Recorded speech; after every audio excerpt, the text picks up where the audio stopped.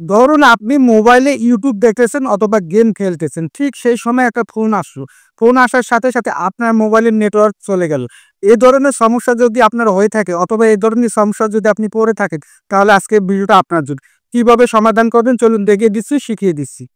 আজকের পর আর কখনো আপনার ফোনে ফোন আসলে কোনো ধরনের নেট চলে যাবে না, কোনো ধরনের সমস্যা হবে না। তার জন্য শুরুতে যাবেন হলো সেটিং এ। সেটিং এ আসার পর এখান থেকে দেখতে পাবেন সিম এন্ড নেটওয়ার্ক।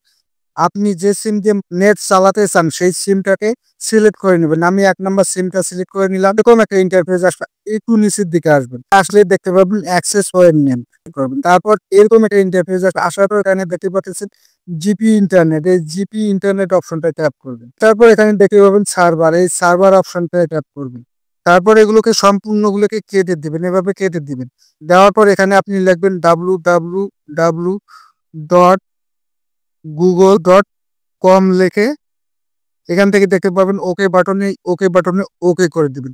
যখনই আপনি ওকে বাটনে ওকে করে দিবেন তখন থেকে আপনার ফোনে নেট থাকবে এবং কোনো ধরনের ফোন আসলে নেট চলে যাবে না। আপনি Facebook, YouTube যাই দেখেন বা যাই করেন কখনো নেট চলে যাবে না। আশা করি বুঝতে পেরেছেন। ভিডিওটাকে শেয়ার দিয়ে সবাইকে দেখার সুযোগ দিবেন।